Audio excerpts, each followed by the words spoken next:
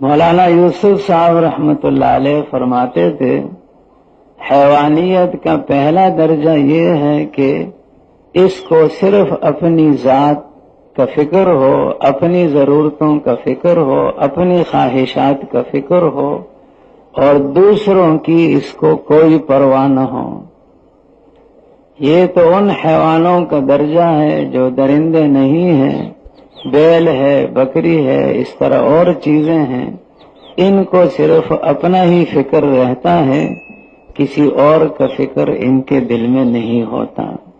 اگر اس انسان پر محنت چھوٹی رہی اور فطرت پر لانے کی کوشش نہیں کی گئی تو پھر یہ انسان حیوانیت میں ترقی کر کے دوسرے درجے میں پہنچ جاتا ہے۔ اور دوسرا درجہ درندوں کا ہے۔ درندے کچھ تو ایسے ہیں جو جنگل میں رہتے ہیں، اور کچھ ایسے ہیں کہ جو پرندوں میں بھی ہوتے ہیں، فضا میں رہتے ہیں۔ تو چاہے جنگل کے رہنے والے درندے ہوں، چاہے فضا میں اڑنے والے پرندے جو درندے ہیں وہ ہوں، ان سب کا بالاتفاق یہ عقیدہ ہے کہ جتنی ہم دوسروں کی زندگی تباہ کریں گے اتنی ہماری اپنی زندگی بنے گی۔ تو انسان کو فطرت پر لانے کی کوشش اور محنت کی جائے، ورنہ یہ انسان پھر گائے اور بیل کی طرح، بکری اور بھینس کی طرح، اور اسی طرح بعض دوسرے مذموم قسم کے جانوروں کی طرح اس کو صرف اپنا فکر ہوگا، اور اس کے دل میں اپنی ہی ذات کے اعتبار سے حرص اور لالچ اور طمع اور ایک زبردست جو ہے یہ انسان پھر حیوان کی طرح آزاد ہو کر چلے گا۔ حیوان کی طرح یہ صرف اپنی ضرورتوں اور خواہشات کو مقصود بنا کر چلے گا، اور یا یہ انسان پھر ترقی کر کے درندہ بن جائے گا۔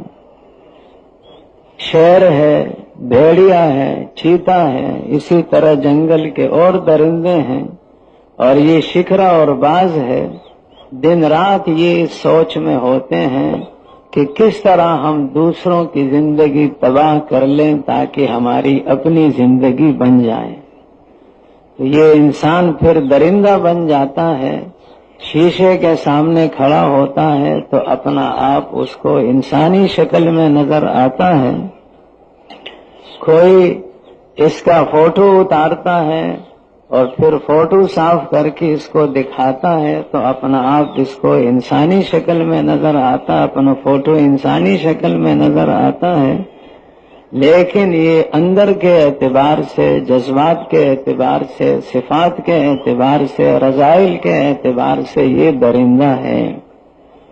کتے میں ایک صفت تو ایسی ہے کہ وہ بہت ہی بری ہے، وہ ہے حرص کی اور لالچ کی صفت۔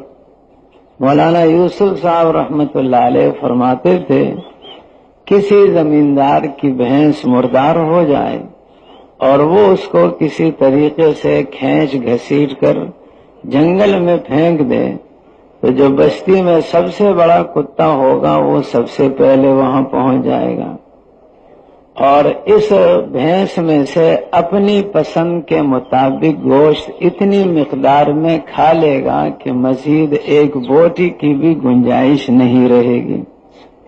پھر یہ وہاں بیٹھ جاتا ہے، جو بھی کتا آتا ہے اس پر بھونک کر اس کو بھگانے کی کوشش میں لگ جاتا ہے۔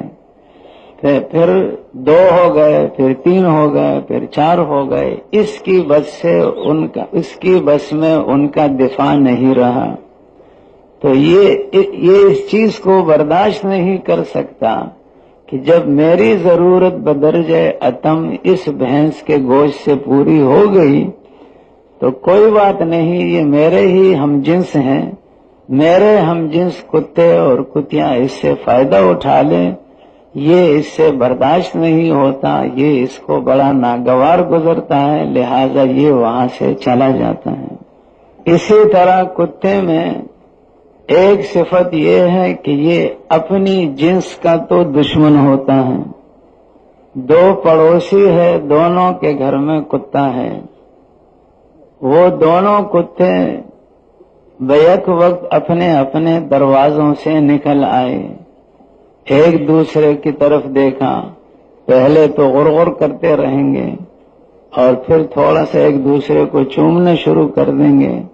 پھر مضبوط کتا اس پڑوسی کمزور کتے کو ایسا نوچنا شروع کر دے گا کہ وہ بیچارہ بے اختیار ہو کر فریاد کرتا ہوا اپنے گھر میں واپس چلا جائے. تو اپنی جنس کا تو یہ کتا دشمن ہوتا ہے. پیر کے دن جس اسکول میں ہم پڑھتے تھے تو اس دن ایک بستی ہے، اس کے لڑکے اکثر غیر حاضر ہوتے تھے.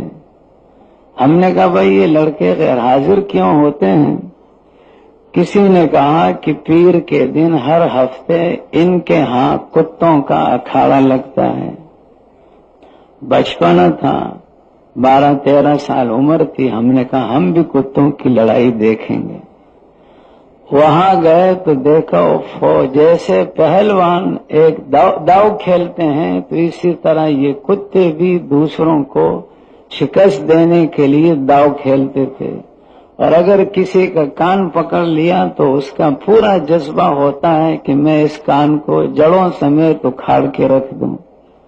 تو یہ کتا اپنی جنس کا دشمن ہوتا ہے.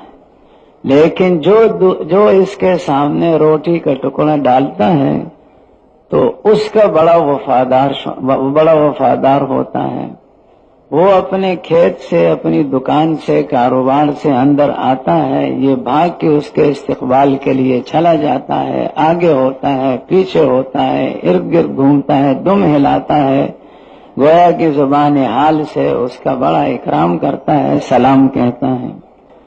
تو اپنوں کا یہ دشمن ہوتا ہے. جو اس کے سامنے ٹکڑا ڈالتا ہے ان کا یہ بڑا وفادار ہوتا ہے. تو اگر انسان کو فطرت پر لانے کی محنت خدا نخواستہ چھوٹی رہی تو پھر یہ انسان بیل، گائے، کتا، درندہ ان کی طرح بن جاتا ہے.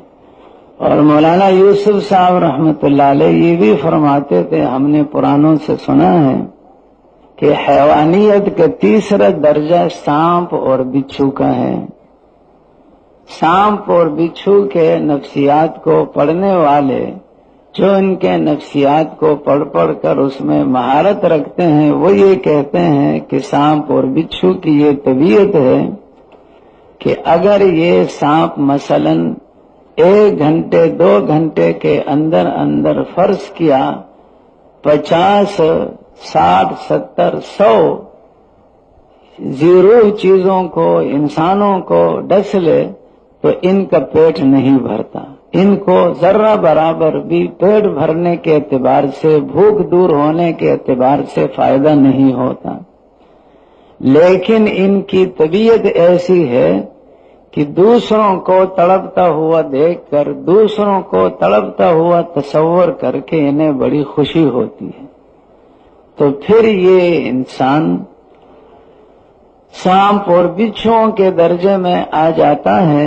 دوسروں کو تباہ کرنے میں، دوسروں کو ہلاک کرنے میں، ملکوں کو تباہ کرنے میں، چاہے اس کو کوئی فائدہ نظر نہ آتا ہو لیکن اس کی طبیعت بنی ہوئی ہے کہ دوسروں کو تباہ کرنے میں اس کو مزہ آتا ہے.